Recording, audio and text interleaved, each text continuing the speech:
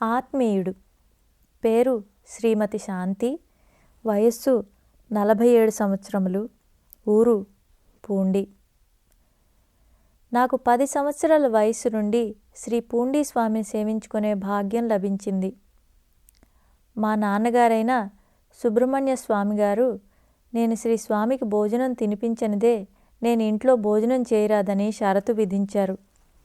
మా ఇంటి నుండి ఉదయం, మధ్యాహ్నం, సాయంత్రం, రాత్రి భోజనం తెచ్చి శ్రీ స్వామికి తినిపించేదాన్ని. సాయం సమయంలో పండ్ల రసం తాగించేదాన్ని. ఒక్కో రోజు శ్రీ స్వామి అన్నం తిననని మారం చేసేవారు. నేనెందుకు భోంచేయరని చెప్పి ఏడిచేదాన్ని. మీరు భోజనం చేయకపోతే మా అమ్మ నాన్న నన్ను తిడతారని చెప్పేదాన్ని. అలా చెబితే ఒక్కోసారి తినేవారు, ఒక్కోసారి నన్ను తిట్టేవారు. నేను వారి తిట్లను పట్టించుకోక మీరు తిట్టినా సరే మీరు తినదే నేను వెళ్ళనని మొండికేసేదాన్ని.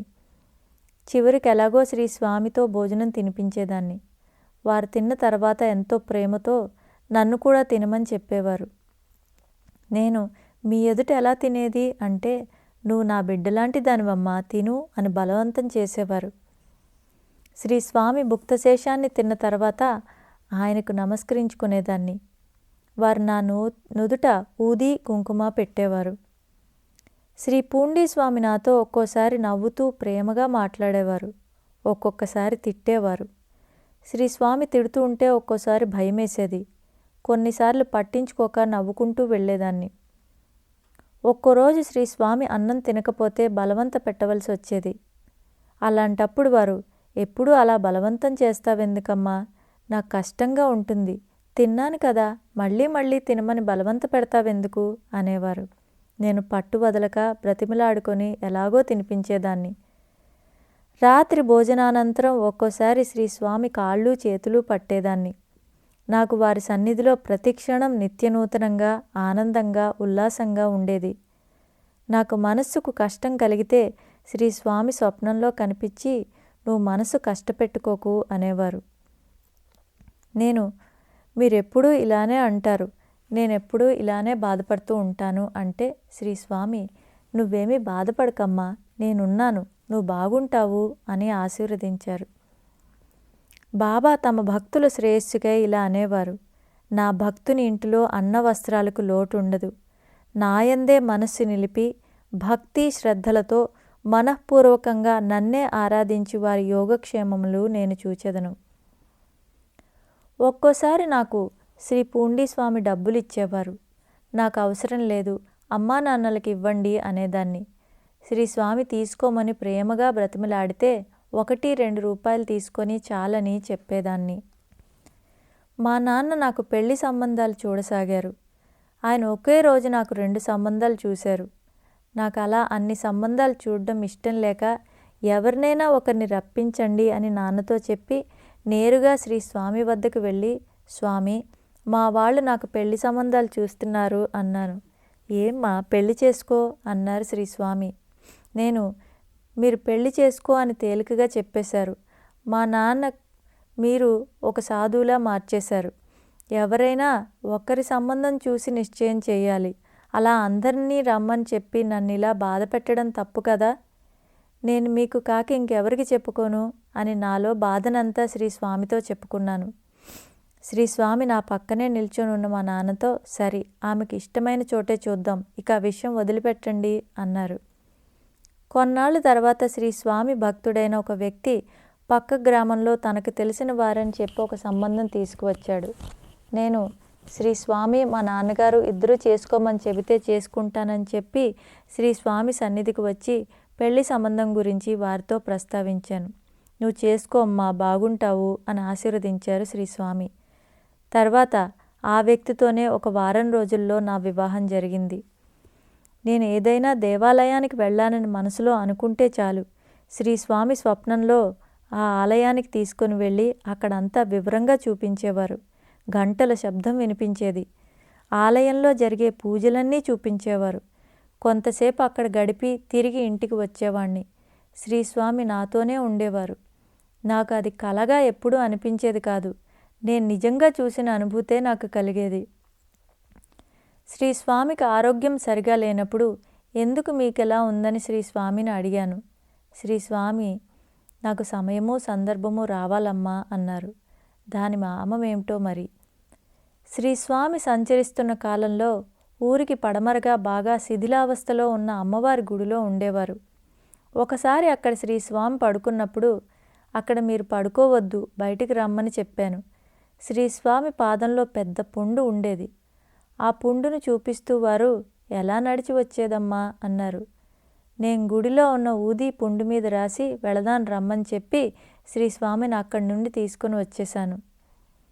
శ్రీ స్వామి మహాసమాధి చెందిన తర్వాత కూడా నేను తలచినంతనే నాకు స్వప్న దర్శనం ఇస్తూ ఉంటారు. కుటుంబంలో ఇబ్బందులు ఎదురైతే నువ్వేమీ బాధపడకమ్మా, నేనున్నాను అని చెప్పి వారు నన్ను ఓదార్చేస్తారు. నాకు శ్రీ స్వామి స్వప్న దర్శనం ఇవ్వకపోతే బాధపడిపోతాను. వెంటనే శ్రీ స్వామి దర్శనం ఇస్తారు. నా ఆరోగ్యం సరిగా లేక పడుకుంటే వారు స్వప్నంలో కనిపించి నా శరీరం అంతా తమ చేతులతో స్పృశించి నీకేమీ కాదు, భయపడొద్దు, నేనున్నాను అని చెబుతారు. శ్రీ స్వామి లాలన, ప్రేమ నన్ను ఆనందంతో ముంచెత్తుతాయి. నాకు 3 అబ్బాయిలు, 1 ఆడపిల్ల. అమ్మాయి అందరికంటే పెద్దది.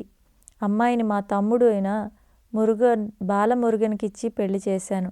శ్రీ స్వామి ప్రతిక్షణం నన్ను వెన్నంటి కాపాడుతూనే ఉన్నారు. సర్వం ఎరిగిన స్వామి. పేరు కె. గణేశన్. వయస్సు 54 సంవత్సరాలు. ఊరు కాప్పలూరు. మా మేనత్తల్లో ఒక ఆమె కళంబాడిలో ఉండేది.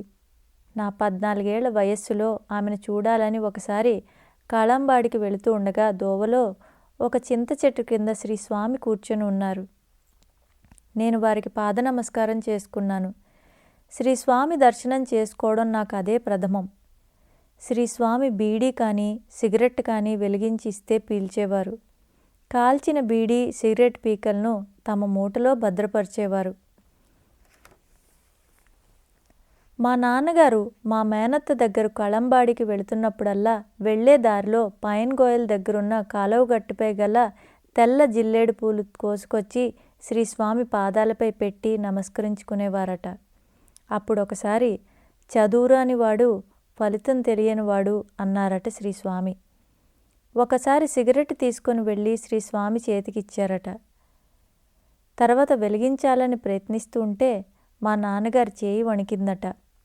అప్పుడు శ్రీ స్వామి మా నాన్న చేతిలో ఉన్న అగ్గిపెట్టెను తీసుకొని తామే సిగరెట్ వెలిగించుకున్నారట. శ్రీ స్వామి ఆ సమయంలో మా నాన్నకి ఏదో చెప్పారట, కానీ అది మా నాన్నకు అర్థం కాలేదట. మా గ్రామంలోనే ఇంకొక మేనత్త ఉండేది. ఆమె ప్రతీ నెల కృత్తిక రోజున వంట చేసుకొని ఎద్దుల బండి మీద వెల్వారని వెళ్ళేది.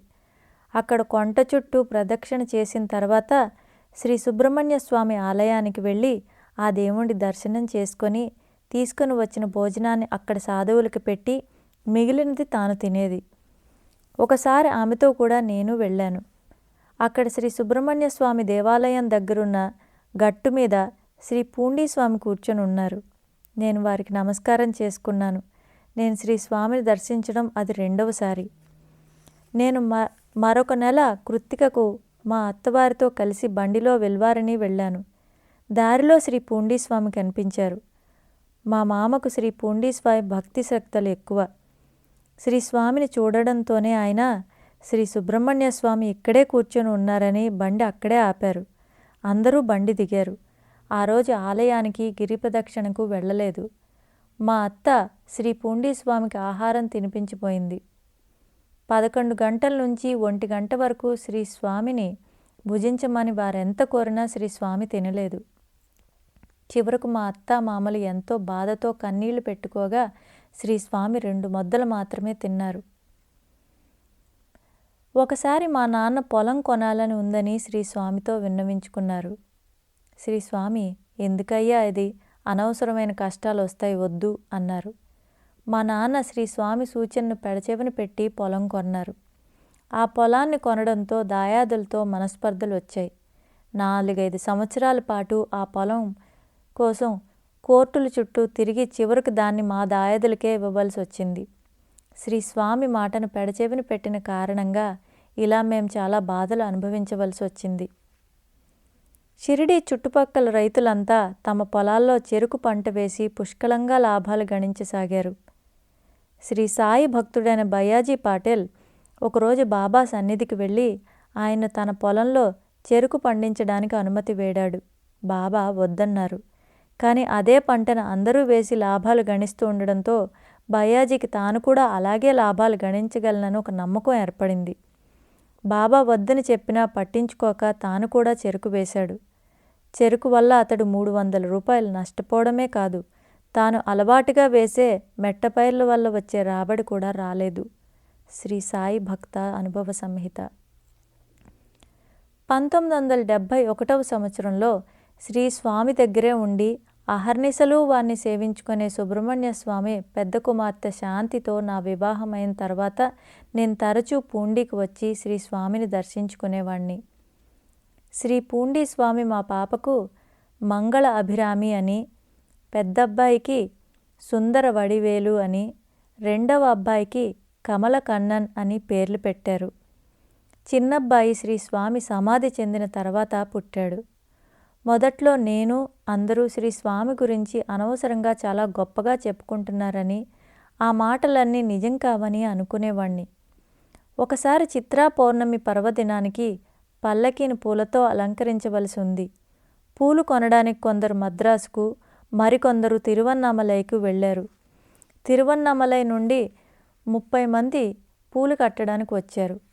కొద్దిసేపట్లోనే తిరువన్నామలై నుంచి వచ్చిన పూలు కట్టడం పూర్తి అయింది. ఇక మద్రాసు నుండి పూలు రావాల్సి ఉంది.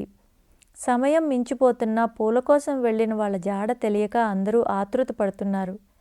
మద్రాసు నుంచి వచ్చే పూల జాడ ఇంకా తెలియలేదని కొందరు శ్రీ స్వామికి విన్నవించుకున్నారు. శ్రీ స్వామి, వచ్చే దారిలో కారు పంక్చర్ అయింది, టైర్ వేసుకొని రావాలి కదా అన్నారు. శ్రీ స్వామి అలా అంటున్నారేమిటని అనుకున్నాను నేను. కొంతసేపటికి మద్రాసు నుంచి పూలు తీసుకొని వచ్చిన వాళ్ళు తమ బండికి మధ్యదారిలో పంక్చర్ అయిందని, అందువల్ల ఆలస్యమైందని చెప్పారు.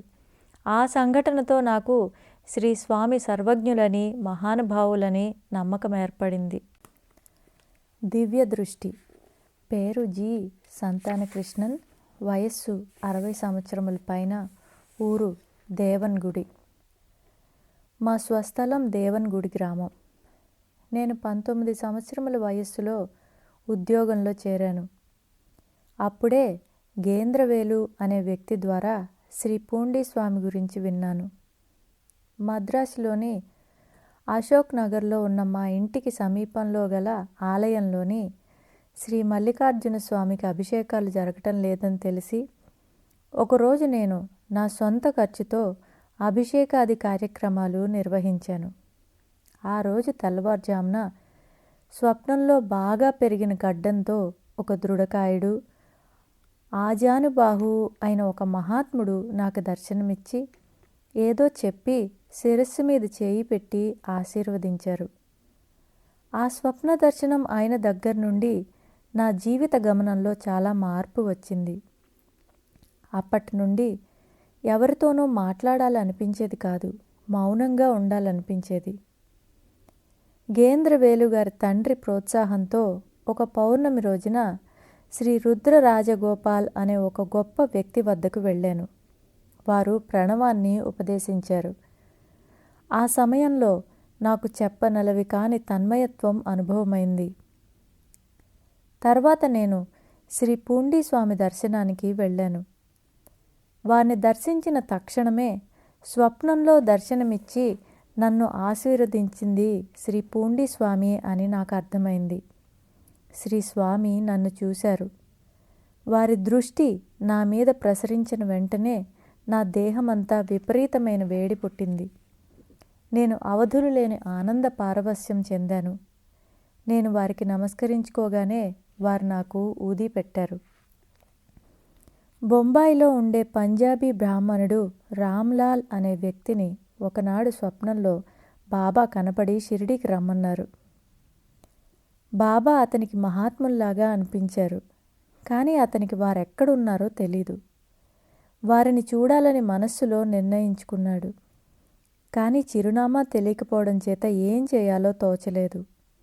అతడు ఆ రోజు సాయంకాలం వీధిలో పోతున్నప్పుడు ఒక దుకాణంలో బాబా ఫోటోను చూశాడు. స్వప్నంలో చూచిన మహాత్ముని ముఖలక్షణములు ఈ పటంలోనున్న వారితో సరిగ్గా సరిపోయాయి. విచారించగా ఆ పటం షిరిడీలో ఉన్న సాయిబాబాదని తెలిసింది. రామ్లాల్ వెంటనే షిరిడీకి పోయి తన అంత్యకాలం వరకు అక్కడే ఉన్నాడు. శ్రీ సాయి సచ్చరిత్ర నుండి. వివాహం చేసుకోమని గేంద్రవేలు నన్ను ఎంతో ఒత్తిడి చేసేవాడు. అతని బలవంతంతో నేను శ్రీకాళహస్తిలో ఒక సంబంధం చూసి వచ్చి ఆ విషయం శ్రీ స్వామికి చెప్పాను. శ్రీ స్వామి, మంచి అమ్మాయి, పెళ్ళి మరుసటి సంవత్సరం జరుగుతుంది అన్నారు. శ్రీ స్వామి చెప్పినట్లుగా నా వివాహం ఆ మరుసటి సంవత్సరమే జరిగింది. శ్రీ స్వామిని దర్శించుకున్నప్పటి నుండి నేను మద్య మాంసాలను మానివేశాను. వారి కృపతో నాకు ఉద్యోగంలో ప్రమోషన్ లభించింది. నాకంటే సీనియర్ ఒక వ్యక్తి ఉన్నాడు. అతడు తనకు రావలసిన ప్రమోషన్ నాకు రావడం వలన కోపంతో ఉగ్రుడైపోయాడు. నేను యాజమాన్యానికి నాకు ఆ ప్రమోషన్ అవసరం లేదని చెప్పాను.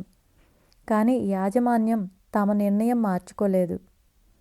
నా సీనియర్ నా మీద అసూయతో నన్ను కొట్టాలని మా ఇంటికి వెళ్ళే దారిలో కాపు వేసి ఉన్నాడు. నాకు ఆ విషయం తెలియదు. నేను మనస్సులో శ్రీ స్వామితో, మీ దర్శనం చేసుకున్నాక కూడా నాకు ఇన్ని కష్టాలెందుకు? నేను ప్రమోషన్ కోసం తాపత్రయపడలేదు కదా అని అనుకుంటూ ఆ ఆలోచనలతో అప్రయత్నంగా రోజూ వెళ్ళే దారిలో కాకుండా ఇంకొక దారిలో ఇంటికి చేరాను. మామూలుగా వచ్చే దారిలో వెళుతున్న యాజమాన్యానికి అనుకూలులైన వాళ్లను కొందరిని అతను కొట్టాడు. శ్రీ స్వామి అనుగ్రహంతో నేను అతని బారి నుండి తప్పించుకున్నాను. తర్వాత అతను ఏదో కారణంగా రాజీనామా చేసి వెళ్ళవలసి వచ్చింది. మద్రాసులో ఇల్లు కట్టుకోవాలని శ్రీ స్వామిని ప్రార్థించాను. వారి దయ వలన కంపెనీలో రావలసిన అరియర్స్, 6 సంవత్సరాలుగా రాని బోనస్ ఒకేసారి వచ్చేసరికి ఇల్లు కట్టుకోగలిగాను. నాకు ఒక అమ్మాయి, ఒక అబ్బాయి కలిగారు. వాళ్ళు బాగా చదువుకొని వృద్ధిలోకి వచ్చారు. శ్రీ స్వామి కృపతో అంతా సంతోషంగా ఉన్నాము. నేను ప్రతి సంవత్సరం కనీసం ఒక్కసారైనా శ్రీ స్వామిని దర్శించుకుంటున్నాను.